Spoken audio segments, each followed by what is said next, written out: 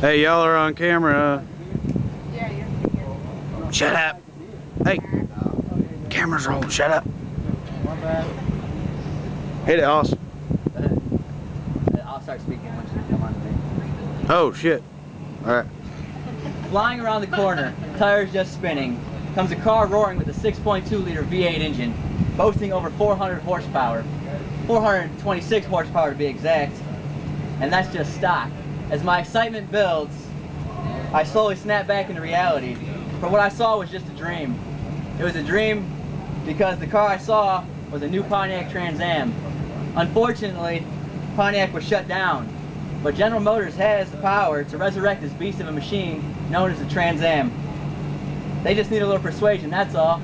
That's why I'm here today, to persuade you that GM should bring back the Trans Am. I'm going to tell you about the history of the Trans Am, how easy it is to produce a new Trans Am, and that people will buy the Trans Am. Most information I'm going to share with you today came from myself, who is an avid Trans Am lover, who has owned 2 different generations of the Trans Am. Also from the official Chevrolet website and various Pontiac web forums. First, let's look into the history of the Trans Am. There have been 4 generations of the Trans Am. The rise of the Trans Am began in 1967. The first generation of Trans Ams were from 1967 to 1969. Then came the second generation from 1970 to 1981. The third generation from 1982 to 1992. And lastly, the fourth generation from 1993 to 2002. The Trans Am died out after its 2002 production. The Trans Am was in production for 35 solid years. The second generation Trans Am was featured in 3 movies: Hooper, Smokey and the Bandit, and Smokey and the Bandit 2. The third generation Trans Am was featured in 2 movies and 1 TV series. The movies were Alphabet City and Smokey and the Bandit 3.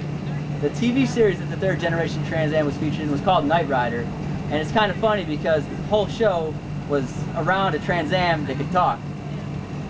There goes a little bit of the history of the Trans Am. Now let's talk about how easy it is to produce. The Trans Am and Chevrolet Camaro have been counterparts for all their lives. They were both built on the F-body chassis, which is the frame of the vehicle. They both have the same drivetrain, which includes the engine, the transmission, and rear differential. The exhaust, brakes, doors, and trunks are also the same on both vehicles. So, in order for General Motors to produce a new Trans Am, they just have to come up with a front end, a hood, rims, dashboard, and a different rear end. That's too easy to do. Too easy. Some arguments may be, why create a Trans Am? It's basically the same as a Camaro. Well, you have Camaro fans, and you have Trans Am fans. Me personally, Trans Am fan all the way. Trans Am fans will buy the Trans Am. Now you understand that a Trans Am would be really easy to produce. Now let me tell you that people will buy the Trans Am. Myself personally, if GM were to produce a new Trans Am, I would most likely spend all my deployment money to get my hands on one. Die-hard Trans Am fanatic right here. Jeremy Boudreau of Illinois says, I would do almost anything to convince GM to build another Trans Am. Nathan Spencer says, I would gladly trade in my Honda Civic any day if GM were to produce a new Trans Am. Some people may argue they may not sell. Well, don't make that many. Just make about 8,000 and see what happens. Watch some cars sell. Now that you know the history of the Trans Am, how easy it would be to produce, and the people will buy the Trans Am, GM needs to hear this speech and make a new Trans Am. The Trans Am bears the symbol of a phoenix. A phoenix is a mythical bird which, near the end of its life cycle, builds a nest out of twigs which ignites. The nest and the bird burn to ashes. From the ashes, a new phoenix is born. The Trans Am has been sitting in ashes for 8 long years now. I think it's time for a new phoenix to rise. How about you?